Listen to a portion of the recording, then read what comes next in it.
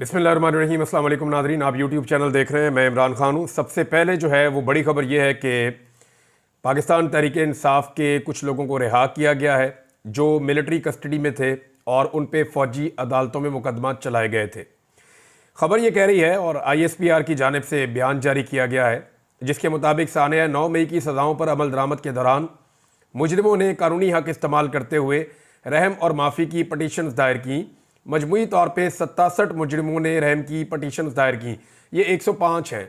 105 में से 67 ने दायर किए, तो इसका मतलब है कि 40 के करीब लोग ऐसे हैं जिन्होंने किसी किस्म की अपील दायर नहीं की है। अच्छा, उन्होंने कहा जी कि बयान के मुताबिक 48 पटिशन्स को कानूनी कार्रवाई के लिए कोर्ट ऑफ अपील में नज़रसानी के लिए अरसाल किया गया। 19 मुजरिमान की पटिशन्स को इंसानी बुनियादों पर कानून के मुताबिक मंजूर किया गया। एक तो जो फौजी अदालतें हैं वही इंसानी हकूक़ के ख़िलाफ़ हैं और उनसे सज़ा देने के बाद फिर इंसानी बुनियादों के ऊपर लोगों को रिहा किया जा रहा है। ये भी वैसे एक तरह का मुझे मजाक ही लग रहा है, लेकिन तर्जुमान पाक फ़ौज ने बताया कि दायर की गई दीगर रहम की पटिशनों पर अमल दरामद मुकर्ररा मुद्दत में कानून के मुताबिक किया जाएगा। ISPR ने बताया कि ये लोग हैं जिनको आज़ाद कर दिया गया है और इनको माफ़ कर दिया गया। फौरी तौर पर इनकी रिहाइयाँ भी हो गई। नॉर्मली ज़रा टाइम लगता होता है, लेकिन यहाँ क्योंकि आर्मी चीफ ने हुक्म दिया तो फौरी तौर पर मोहम्मद अयाज साहब हैं, समीउल्लाह साहब हैं, लईक अहमद हैं, अमजद अली हैं, यासिर नवाज़ हैं, सईद आलम हैं, जाहिद खान हैं, मोहम्मद सलमान हैं, हमजा शरीफ हैं, मोहम्मद सलमान हैं, अशर भट्ट हैं, मोहम्मद वकास हैं, सुफियान अदरीस हैं, मुनीब अहमद, मोहम्मद अहमद, वल्द मोहम्मद नवाज़, मोहम्मद अली, मोहम्मद बिलाल, मोहम्मद इलियास। ये लोग जो है वो इनको रिहा कर दिया गया है और ज़ाब्ते की कार्रवाई मुकम्मल करने के बाद कह रही जी अब उनको रिहा किया जा रहा है। और ये निज़ाम हमदर्दी और रहम के उसूलों को मद्देनज़र रखते हुए इंसाफ की फराहमी को यकीन बनाता है। अच्छा, इसमें जो है एक तरफ तो ये रिहाई की गई है, जो लोग रिहा हुए उनके हवाले से थोड़े दिन पहले ये स्टेटमेंट्स आ रहे थे। हमारे कुछ ऐसे लोग जो एस्टेब्लिशमेंट के ज़रा करीब हैं और कुछ ऐसे सहाफ़ी वो ये क्लेम कर रहे थे कि इन लोगों ने बाकायदा वीडियो बयान जारी किए हैं इमरान खान के ख़िलाफ़, और ये जो कैदी हैं जो मिलिट्री की हिरासत में थे इन्होंने इमरान खान के खिलाफ बाकायदा वीडियो बयान जारी किए हैं और उन्होंने अपने आप को इमरान खान और पाकिस्तान तहरीक-ए-इंसाफ से हमेशा के लिए दूर करने का वादा भी किया है और उस बयान के अंदर उन्होंने सारा कुछ कहा है। तो मैं ज़रा उन लोगों को ये बता दूं कि वो कभी भी मिलिट्री की हिरासत में रहे नहीं। मिलिट्री की हिरासत भी दो तरह की होती है। एक वो होती है जिसमें आपको कानूनी तौर पर वो हिरासत में लेते हैं, कानून का एक शेल्टर लेते हैं कि जनाब ये बंदा हमने पकड़ लिया है, आपकी फैमिली को पता होता है कि ये फ़ौज की हिरासत में है। वो कभी कभी मुलाकात भी करवा देते हैं। बंदों को तंग तो बहुत किया जाता है। वो मिलिट्री की हिरासत में और जेल की हिरासत में, कैद में, दोनों में ज़मीन आसमान का फ़र्क है। जेल की कैद जो है वो फिर भी बहुत अच्छी होती है, मिलिट्री की कैद जो है वो बहुत बुरी होती है। दूसरा ये है कि मिलिट्री की जो दूसरी तरह की हिरासत है वो ये है कि वो किसी को जबरी तौर पर लापता कर देते हैं और वहाँ पर इंसान जो है उसके तमाम हकूक़ उससे छिन जाते हैं, उसे कुछ पता नहीं होता कि वो कहाँ है। एक छोटे से सेल के अंदर बेयारो मददगार वो पड़ा रहता है और वहाँ पर बदतरीन टॉर्चर भी वो अपने अपने मुताबिक वो करते रहते हैं जो उनको बेहतर लगता है। अब यहाँ पे मिलिट्री हिरासत में रहने वाले लोग जब बाहर आए तो यही उम्मीद की जा रही थी ना, जो बहुत सारे लोगों ने जो मिलिट्री एस्टेब्लिशमेंट के बहुत करीब है उन्होंने जो बयानिया बनाया था कि डरे हुए हैं, सहमे हुए हैं, इन्होंने वीडियोस बना दी हैं, ये इमरान खान के खिलाफ डट कर खड़े हो गए हैं। तो अब वो जो बाहर निकले तो उन्होंने पहला नारा लगाया इमरान खान जिंदाबाद, उन्होंने दूसरा नारा लगाया पाकिस्तान जिंदाबाद। वो आज भी इमरान खान के साथ और पाकिस्तान के साथ खड़े हुए हैं। वो आज भी कैदी नंबर 804 की रिहाई के लिए वहां पर नारे लगा रहे थे। तो ये 2 साल तक लगभग ये लोग गिरफ्तार रहे, पौने 2 साल तक इन्होंने हर तरह का जुल्म बर्दाश्त किया। अब यहाँ पे एक सनम जावेद साहिबा हैं, क्योंकि एक कैदी के बारे में गालिबन वहाँ पे उनको कुछ आइडिया होगा मिलिट्री इंटेलिजेंस को कि ये बंदा जो है बाहर जाकर कहीं बोलेगा, तो उस पर उसको वार्न करने के लिए उसका हाथ पकड़ा जा रहा था और उसे कहा जा रहा था साइड पर चलो तुम्हारे साथ बात करनी है। मुमकिन था कि उसको दोबारा गायब किया जाता। तो सनम जावेद ने उसका हाथ पकड़ लिया और उसको बाहर लेकर आई। अब वो बंदा क्या बयान दे रहा है, ज़रा ये बयान आप सुनेंगे तो आपको आइडिया हो जाएगा कि वहाँ किस तरह के हालात का सामना इन लोगों ने किया है। ये आप सुनिए। अस्सलाम वालेकुम जी, लाहौर से आज मिलिट्री कोर्ट के पहले जो है वो प्रिजनर रिहा हुए हैं, हाफिज बिलावल साहब, और अभी इनको अच्छा जी, हाफिज साहब हैं जो रिहा हुए हैं, ज़रा इनकी आप बातें सुने। जी हम खड़े थे, हम खड़े हैं, हम खड़े रहेंगे यकीन के साथ, ईमान के साथ, अपने लीडर इमरान खान के साथ। हमें बदतरीन टॉर्चर किया गया। मैं, मियाँ इबाद, मियाँ अकरम, हसान न्याजी और जितने मेरे साथी हैं सबके साथ जुल्म किया गया। हमें बुनियादी हकूक़ नहीं दिए गए वहाँ पे। एक खाने पीने की चीज़ के लिए मिन्नत तरले करने पड़े। मैं सिर्फ अपनी अदालतों से ये कहना चाहता हूँ कि सुप्रीम कोर्ट ये सज़ाएँ पूरी तौर पे कलअदम करार करे। इन लोगों ने किया क्या है? कोई सज़ा नहीं है इन लोगों की, ना कोई तोड़ फोड़, ना कोई जलाओ गिराओ। अब मैं 2 साल मुझे सलाह दे के रखा आप लोगों ने। मैं आपसे पूछना चाहता हूँ कि 2 साल मैं क्या कर रहा था वहाँ पे? क्या मेरे पास कोई हथियार था, कोई असला था, कोई झंडा था, कोई डंडा था? I was dancing at the spot और आप लोगों ने मुझे उठाया, 20 महीने मुझे रखा, नजरबंद रखा, गैर इंसानी सलूक किया गया मेरे साथ। कोई बात नहीं, वक्त ये नहीं रहा, वो नहीं रहा, ये भी नहीं रहेगा इंशाअल्लाह ताला। और आपको जवाब देना है, आज नहीं, कल नहीं, आने वाली नस्लें आपसे सवाल करेंगी और आपको इस सवाल का जवाब देना पड़ेगा। मैं अपनी मौजूद अदालतों से ये रिक्वेस्ट करता हूँ कि आपकी मेहरबानी इन तमाम सजाओं को जो है वो मुअत्तल करें।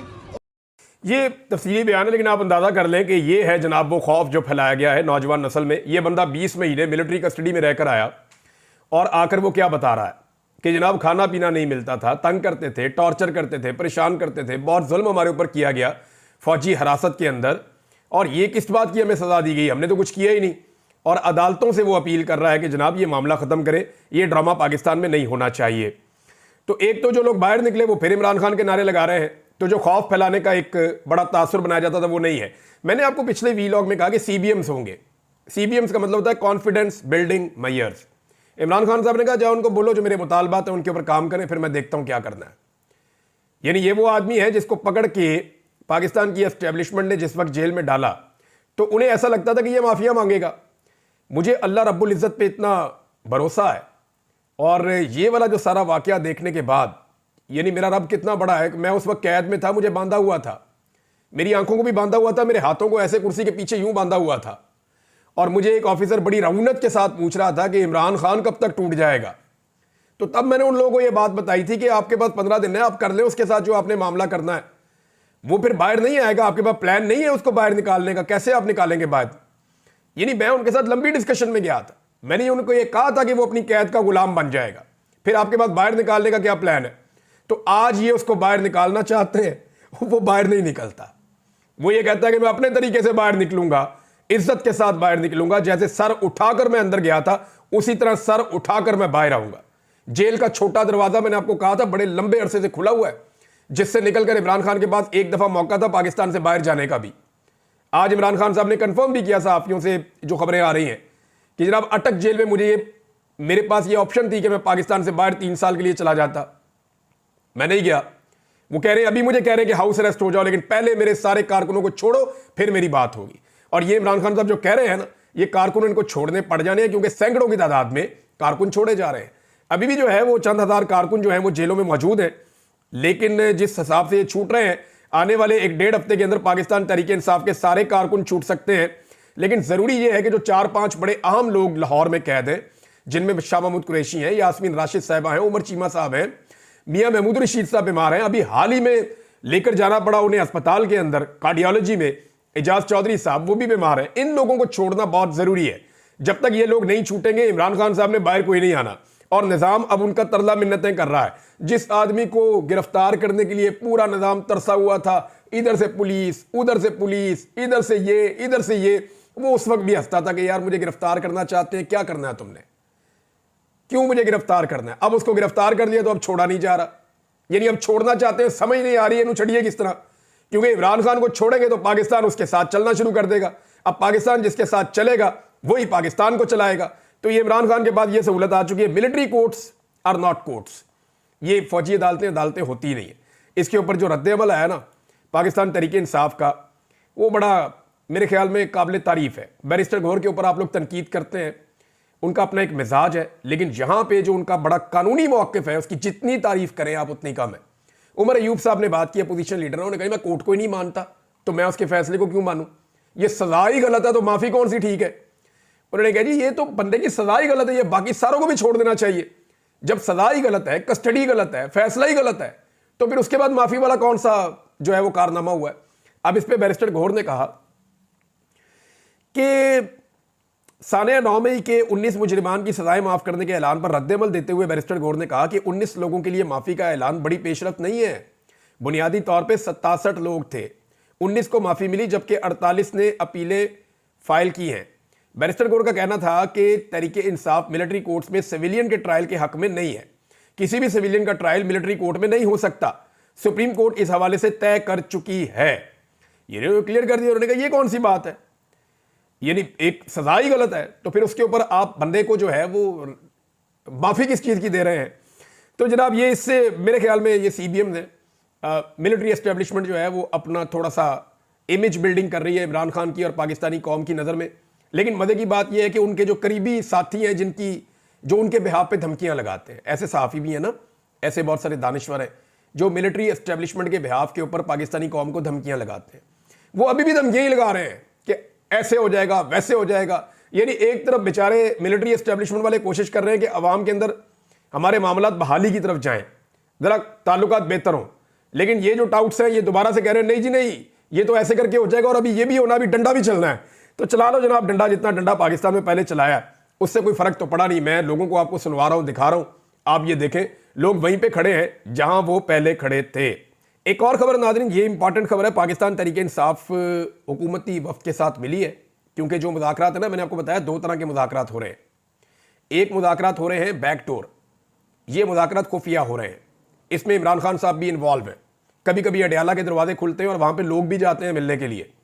दूसरे मुज़ाकरात हो रहे हैं ऐलानिया, जहां पे पाकिस्तान तहरीक इंसाफ के लोग और उनके इत्तेहादी हुकूमती इत्तेहादियों के साथ जाकर बैठते हैं। यहां पे तो इरफान सिद्दीकी साहब ने बड़ा खुलकर बेबसी का इजहार भी कर दिया कि जी हमें तो पर्ची आनी है, हमें तो जनाब अचानक पता चलना है कि ये मुज़ाकरात है, इन पे इत्तफाक कर लो और हमें इत्तफाक करना पड़ जाएगा। सिंपल अगर मैं करूँ उनकी बात का तो वो यही कह रहे हैं कि जनाब हमें तो ऑर्डर आना है, नवाज शरीफ के पास ऑर्डर पहुंचना है कि नवाज शरीफ साहब ये कर दें फौरन, जरदारी के पास ऑर्डर पहुंचना है अपनी पार्टी से को ये कर दो फौरन, और इन्होंने फौरी तौर पे बड़ा वाला ब्रश पकड़ के पॉलिश करते हुए वो हुक्म पूरा कर देना है। मामला तय होना है इमरान खान साहब के साथ। अब वहां पे तय क्या होना है कि कितने अरसे तक इस हुकूमत को बचाया जा सकता है, कितने अरसे तक इस निज़ाम को चलाया जा सकता है। जिन लोगों ने ये सारा कुछ पाकिस्तान में किया है, जुल्म और बर्बरियत की है, इमरान खान साहब क्या उनके खिलाफ एक्शन लेंगे या आम माफी का ऐलान करेंगे। अब देखिए, इमरान खान अपने मामलात में तो आम माफी का ऐलान कर सकते हैं, अरशद शरीफ के मामले में नहीं कर सकते। जो 26 नवंबर को कत्लेआम हुआ उसके ऊपर वो कैसे आम माफी का ऐलान कर सकते हैं। तो बहुत सारी ऐसी चीजें जहां पे इमरान खान साहब को एक स्टैंड लेना पड़ेगा, स्पेशली उन्हें ये जो जुडिशल कमीशन वो मांग रहे हैं ये तो हुकूमत को उन्हें देना पड़ेगा। अब पाकिस्तान तहरीक इंसाफ ने 2 मुतालबात सामने रखे, मुतालबात वही है जो इमरान खान साहब ने कहे थे।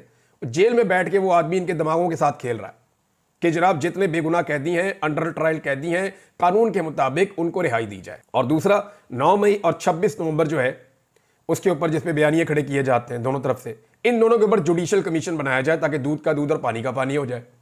अब यही 2 मुतालबात उन्होंने दिए। नून लीग को यह उम्मीद थी कि मुतालबात आएंगे जी इमरान खान का फलां केस खत्म कर दें, इमरान खान को रिहा कर दें, बुशरा बीबी को ये कर दें, यहाँ पे हमें सिक्योरिटी प्रोवाइड कर दें, इमरान खान साहब को साबिक वज़ीर आज़म की सिक्योरिटी फौरी तौर पे दी जाए, फलां चीज़ दी जाए, हमें जनाब फलां फलां ओहदे दिए जाएँ, हमें अपोजिशन की फलां फलां चीज़ें दी जाएँ, पब्लिक अकाउंट कमेटी में हमारा चेयरमैन लगाया जाए, हमारे ये वाले मामलात वो वाले मामलात। उन्हें लगा कि जैसे हम मांगते हैं जब भी कभी बैठते हैं ज़ाती नौइयत की चीज़ें, तो इमरान खान की पार्टी आएगी वो भी वही मांगेगी। इमरान खान साहब ने सख्ती से कहा ये 2 चीज़ें जाके उनको दे दो, यही हमारे 2 मुतालबात हैं, सिंपल। और 31 जनवरी तक का आपके पास टाइम है, और वो टाइम भी बड़ी समझदारी से पाकिस्तान तहरीक इंसाफ ने एक हिकमत अमली के तहत दिया। जिन्हें ये लगता है ना कि पाकिस्तान तहरीक इंसाफ अब चुप करके बैठ जाएगी, जिस जमात के पास इतनी बड़ी पॉलिटिकल पावर हो, इतनी बड़ी स्ट्रीट पावर हो, वो चुप करके बैठ जाए तो ये एक सियासी गलतफहमी हो सकती है। क्योंकि इमरान खान साहब जो है वो सारी ज़िंदगी इस लेवल की पॉपुलैरिटी तक नहीं पहुंचे थे। जब उन्हें इस लेवल की पॉपुलैरिटी मिल गई है तो क्या वो अब घर बैठे रहेंगे और सिर्फ इलेक्शन लड़के इक्तदार में आना पसंद करेंगे? नहीं, उस आदमी ने ग्राउंडों में हमेशा अब एक हीरो की तरह ज़िंदगी गुजारी है, तो वो चाहेगा कि लोगों को बाहर निकाले, और आप देखेंगे कि आने वाले दिनों में वो लोगों को बाहर निकालेंगे। फरवरी के एंड पे और मार्च के शुरू में एक नई तहरीक शुरू होने जा रही है। अगर ये मामला किसी मंतकी अंजाम तक ना पहुंचे तो, और अगर ये मामला किसी मंतकी अंजाम तक पहुंच भी गए, फिर भी बड़े बड़े जलसे आप फरवरी और मार्च में होते हुए देखेंगे, और आप जल्दी पाकिस्तान को एक नए इलेक्शन की तरफ जाते हुए भी देखेंगे। इंटरनेशनल प्रेशर इतना बढ़ गया है कि एस्टेब्लिशमेंट इमरान खान को फौरन छोड़ना चाहती है, लेकिन फौरी तौर पे मामला तय नहीं हो रहे। अब इमरान खान साहब की हर शराइत वो मान रहे हैं। इमरान खान साहब कहते हैं वर्कर छोड़ो तो धड़ाधड़ वर्कर छूट रहे हैं। इमरान खान साहब कहते हैं कि ये चीज़ गलत है तो उसको भी ठीक किया जा रहा है। मुज़ाकरात के लिए हुकूमत को जो है वो डंडे मार मार के बिठा दिया गया है कि बैठो इनके साथ मुज़ाकरात करो, खबरदार अगर तुमने कोई चालाकी की तो। पहले तो हुकूमत भाग रही थी, लेकिन अब वो मुज़ाकरात के लिए भी बेचारे बैठे हुए हैं। हुकूमत चाह रही थी कोई कमज़ोर किस्म के मुतालबात आएँ ताकि हम उन्हें पब्लिक करके इनको गंदा करें पीटीआई को, लेकिन उन्होंने दो अपने सॉलिड मुतालबात जो उनके पहले दिन से मीडिया में है वही मुतालबात लाकर सामने रख दिए हैं। इमरान खान साहब का एक केस है जो लग गया है सुप्रीम कोर्ट ऑफ पाकिस्तान के आईनी बेंच में। देखें, ये इंपॉर्टेंट मामला है। इमरान खान साहब की एक पटिशन है, एक दरखास्त है, सुप्रीम कोर्ट ऑफ पाकिस्तान में गई हुई है आम इंतखाबात में धांधली से मुताल्लिक। काजी फायद ईसा के दौर में तो सुनी नहीं गई, अब एक आईनी बेंच बन गया है। हुकूमत यह चाहती है कि धांधलियों के मामले के अंदर कुछ भी करके बांध ले और जितना टाइम घसीट सकती है हुकूमत का घसीट ले। तो उसके लिए जो उनका अपना आईनी बेंच है उसके अंदर इस मामले को लगाया जा रहा है। अब ये आईनी बेंच के अंदर क्या इमरान खान साहब मानेंगे, पटिशनर खुद मानेगा कि ये बेंच इस केस को सुने? मेरे ख्याल में वो लोग एतराज दायर करेंगे और उन्हें एतराज दायर करना चाहिए। उसकी वजह यह है कि जो आईनी बेंच है वो खुद तब तक मुतनाज़ है जब तक कि 26वीं आईनी तरमीम के ऊपर फैसला नहीं हो जाता। 26वीं आईनी तरमीम के ऊपर दर्जनों जो है वो दरखास्तें आ चुकी हैं और इतनी ज़्यादा दरखास्तों को अभी तक सुना नहीं जा रहा। सुप्रीम कोर्ट ऑफ पाकिस्तान के सीनियर तरीन जज साहिबान बार बार ये कह चुके हैं कि पाकिस्तान सुप्रीम कोर्ट का जो फुल कोर्ट है वो सारे जजेस बैठे और बैठकर 26वीं आईनी तरमीम के ऊपर फैसला करें कि आया ये आईनी तरमीम दुरुस्त है या गलत है। अगर 26वीं आईनी तरमीम के ऊपर फैसला हो जाता है तो फिर ये बेंच रहना है या नहीं रहना इसके मुस्तकबिल का उसमें पता चलेगा। तो ये बेंच कैसे इस केस को सुन सकता है? हुकूमत की ख्वाहिश तो ये होगी कि ये बेंच धांधली वाला मामला सुन के एक फैसला दे दे कि जनाब धांधली धुंधली कोई नहीं हुई, या कोई इस तरह का गोल मोल रास्ता निकाल दे कि जिसमें लंबे ट्रैक पे सारा मामला डल जाए और साल 2 साल मजीद निकल जाएं। नाज़रीन, पाकिस्तान तहरीक इंसाफ ने और पाकिस्तान के जो शहरियों ने, स्पेशली बच्चों ने, ये जो शहबाज शरीफ ने ऊ करके दिखाया ना, उसका मजाक बना के रख दिया। हर 2 मिनट के बाद सोशल मीडिया पे एक वीडियो आ रही है, 20, 30, 25 बच्चे खड़े हैं, कहीं में 10 बच्चे खड़े हैं, कहीं में 5 बच्चे खड़े हैं, वो ऊ करके जो है वो वीडियोस डालते चले जा रहे हैं। अब आप चैंपियंस ट्रॉफी देखेंगे थोड़े अरसे बाद पाकिस्तान में, उसके अंदर आपको आवाज़ें आएंगी ऊ करके। अब आप असेंबली के अंदर जाएंगे, वहाँ पर आपको आवाज़ें आएंगी ऊ करके। हर जगह पर अब शहबाज शरीफ साहब को ये ऊ सुनना पड़ेगा। इतने फस्तायत के और इतने जुल्म और बर्बरियत के माहौल में ये क्रेडिट जाता है शहबाज शरीफ साहब को। वो कोई ना कोई ऐसी हरकत या कोई ना कोई ऐसी बोंगी मार देते हैं, या तो शहबाज शरीफ साहब या मरियम नवाज या उनकी टीम या कुछ ना कुछ ऐसा कर देते हैं कि लोगों का दिल लगा रहता है। बुरे तरीन हालात के अंदर लोगों की इंटरटेनमेंट इन्होंने बंद नहीं की और अब वो जो ऊ है ना, ऊ करने का टाइम हुकूमत का शुरू होने वाला है, ये पाकिस्तान तहरीक इंसाफ जो है वो क्लेम कर रही है। इमरान खान साहब ने क्लियरली कहा कारकुनों की रिहाई तक अपनी रिहाई मैं नहीं चाहता, मुझे बिलवास्ता तौर पर बनीगाना मुंतकिल करने की ऑफर हुई थी।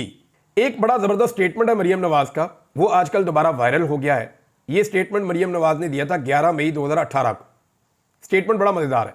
मरियम नवाज ने कहा कि खलाई मखलूक के स्क्रिप्ट में ये नहीं था कि नवाज शरीफ डट जाएगा।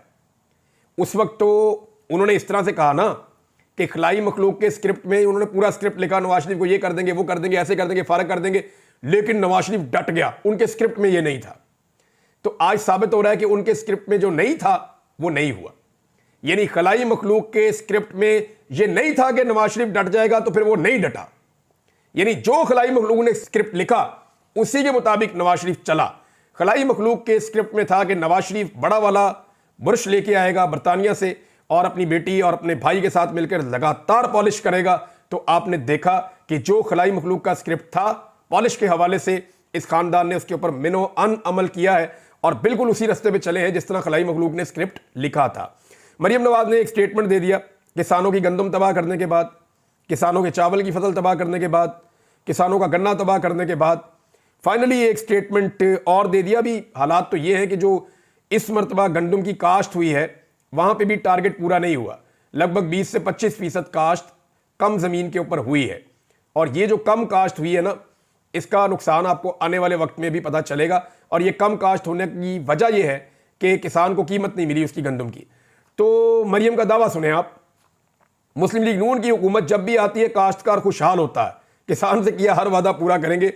किसान के साथ जो इन्होंने कर दी है, किसान के कानों को हाथ लग गया है। किसान आइंदा किसी को भी वोट डाल देगा, अपना वोट फाड़ के फेंक देगा, लेकिन इनको आइंदा किसान वोट नहीं डालेगा, जो मुझे समझ आ रही। अब तक के लिए इतना ही। अपना ख्याल रखिएगा, अपने इस चैनल का भी। अल्लाह हाफिज़।